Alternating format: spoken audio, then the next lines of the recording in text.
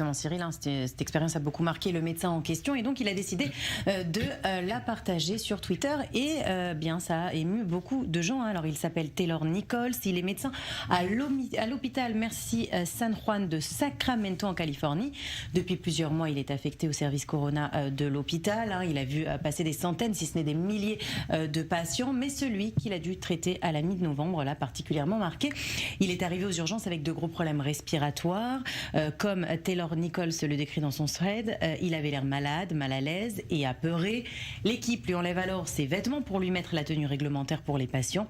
Il découvre des tatouages nazis sur tout son corps, une croix gammée, un symbole des SS et d'autres signes nazis. Mais le médecin continue son travail comme si de rien n'était, comme il l'a juré en prêtant le serment d'Hippocrate. Alors il écrit sur Twitter, notre équipe comprenait un médecin juif, une infirmière noire et un technicien respiratoire asiatique. Nous avons tous vu les symboles de haine sur son corps qui nous proclamait ouvertement et fièrement ses opinions.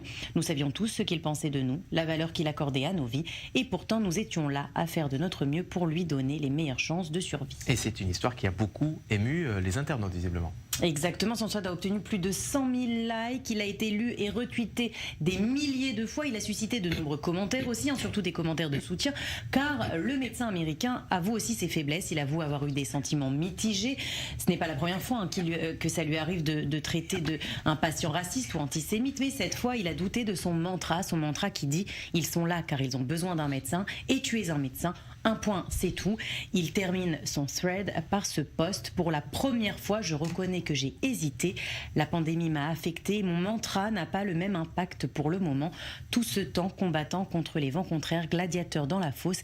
Et je me rends compte que peut-être je ne vais pas bien. Et c'est aussi cet aveu-là, au-delà du reste de l'histoire, qui a beaucoup touché les internautes.